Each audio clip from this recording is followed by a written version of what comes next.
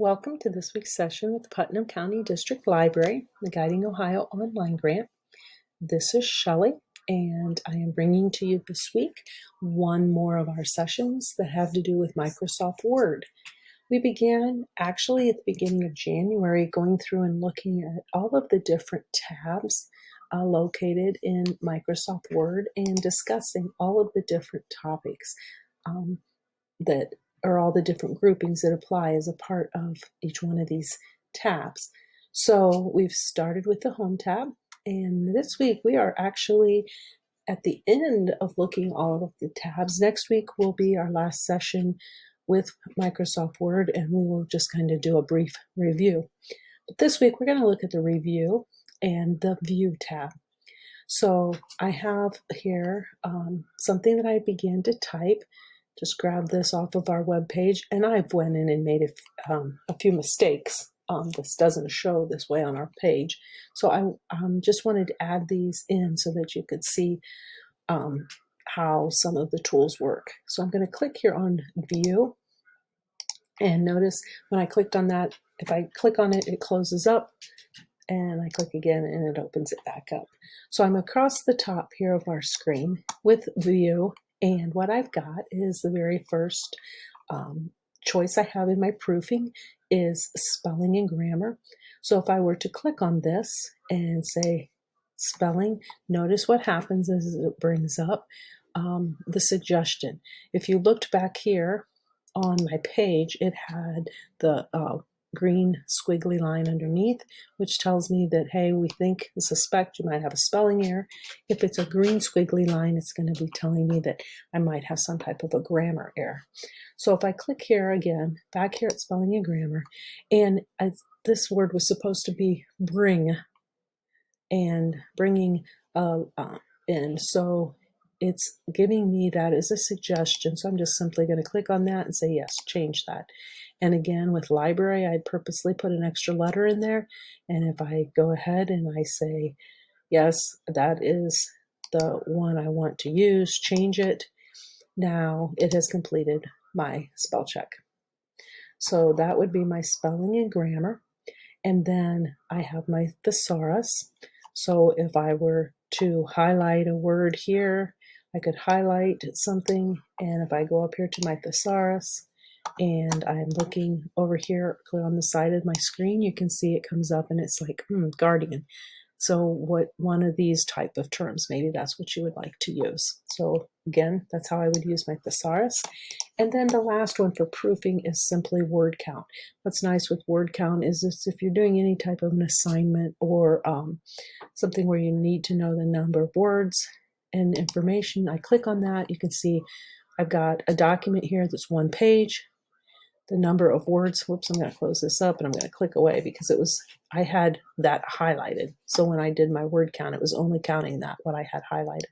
I click again, notice what happens. I've got pages 1, my word count is 163, characters without spacing, my paragraphs and my lines.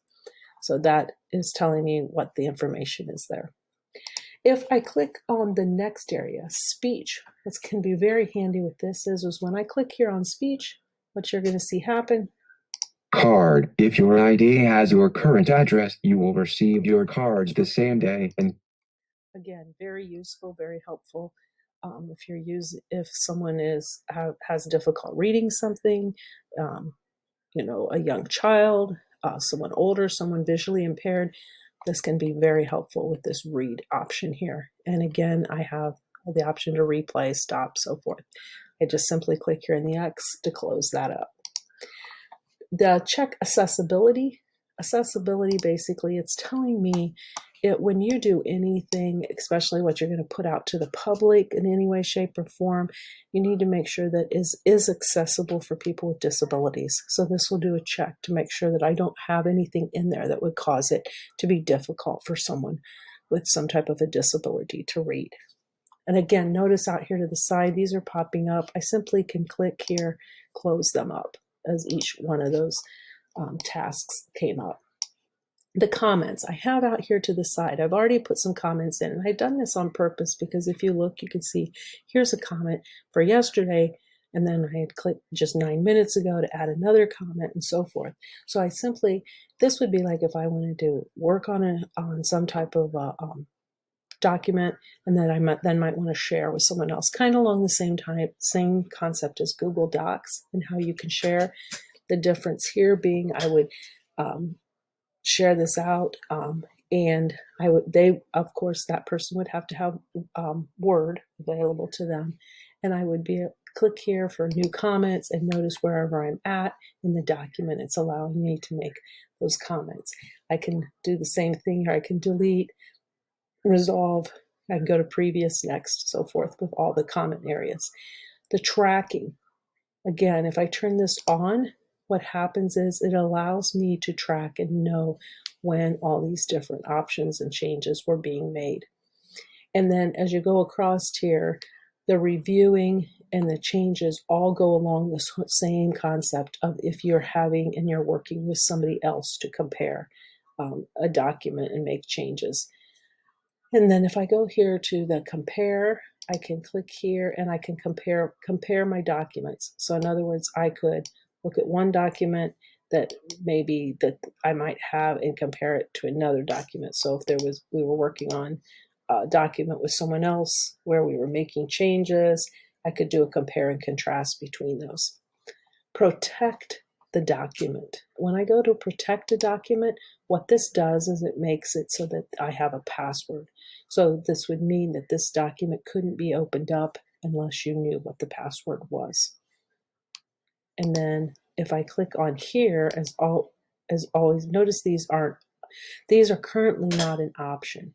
If I had this and I had this protected, what would happen is I have the document protected with the password, and then what I can do is make it that when it opens it up, it's read only. So in other words, all the person could do is read it. They could not make any changes to it. Versus if I were to go to restrict permissions, I could set some different options in terms of, okay, maybe they can view and they can also make edit changes. So that's what happens with the permissions. And then the hide ink, again, this is not something that is available right now because we don't have any of these other options selected here. So I can't go in and hide any of the ink and different maybe markings that have been made in the document.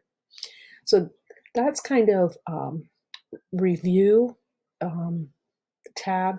Basically, in the review tab, what someone is probably going to use the most is the spelling, the thesaurus, maybe the word count.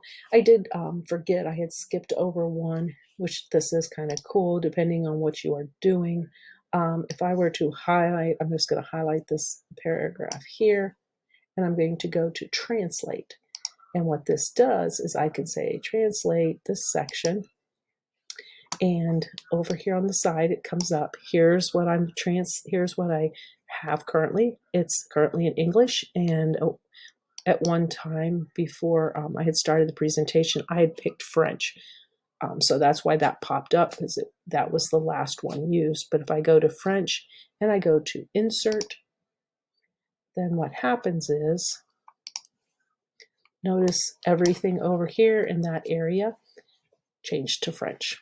So now all of a sudden, I've had that translated for me. And then the same thing here with language. I can pick what my different languages are. I'm going to hit the undo button since I currently am not able to read French. We'll make this go back to what is readable to myself. And then I'm going to go to this last tab here, which is view. With view, now currently we are, I'm going to go over here and get rid of my translator too, so I have an open page here. If I go here, print layout, this is what I'm currently on, is print layout. If I go to web layout, this is what if I were to take this information and put it on a web page, this is what it's going to look like. If I go to outline, changes it over to an outline view, and notice how this all changed across the top so that I can adjust and change accordingly here. And then if I go to close outline view, again, I'm going to go back here to view. And I can do the same thing with draft. And that's the look I'm going to get there. And then I'm going to take it back to print layout.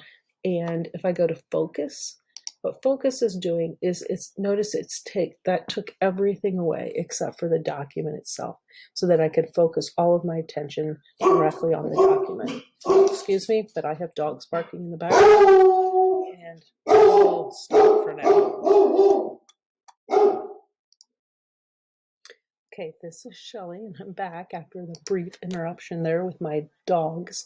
So we were looking at the View tab, and we were looking at Focus, and I had shown how this is currently on and focused in, so that is all that's visible, and it allows you to center in on that.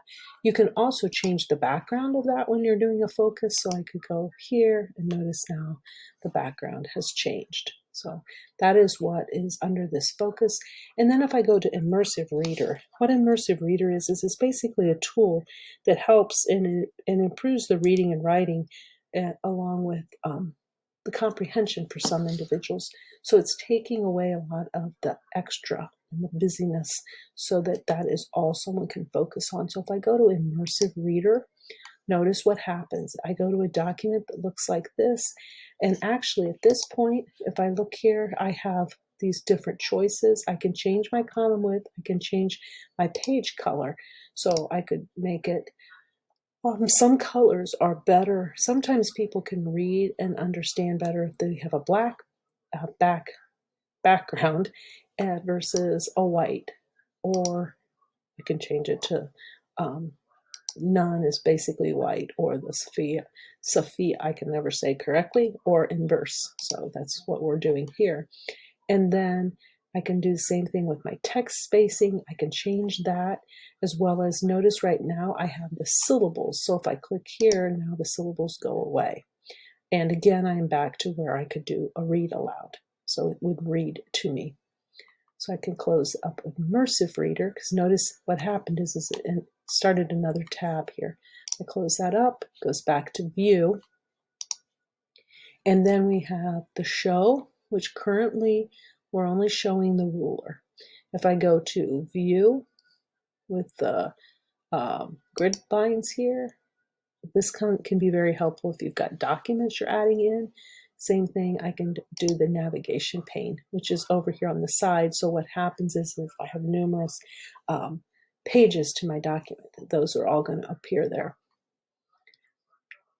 I'm going to go ahead, I'm going to turn these things back off. Same thing, zoom, it's pretty self-explanatory. You can zoom in, you can make it so you see one page or multiple pages. If you had more pages to this, I'm just simply going to go in here, I'm going to hit return key so I get some more pages, and then what will happen is if I go to multiple pages, notice multiple pages pop up on my screen. I can change my page width here. If I go new window, it's taking that document, and it's, notice up here, the document I was working on was document 3 of 1, well now it's document 3 of 2. So it just took that same document and just duplicated it and made it more. I can change the way, so I could change it to arrange all. I could split the screen. So I have all of these different ways that I can look at something. I'm going to go back here to new window and go to view one more time. Switching windows. Notice I have all of these documents that I've created just off of this one, and they're all basically the same. So if I switch between, what happens is it will pull the look of a different document up.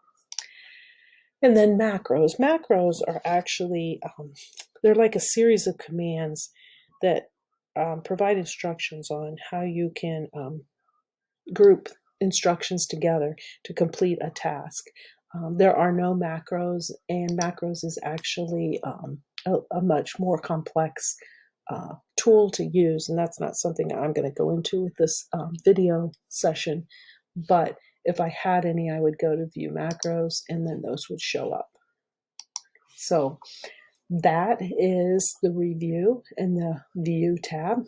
I am going to next week go back through all of the different tabs just briefly, just kind of do a brief refresh of Microsoft Word.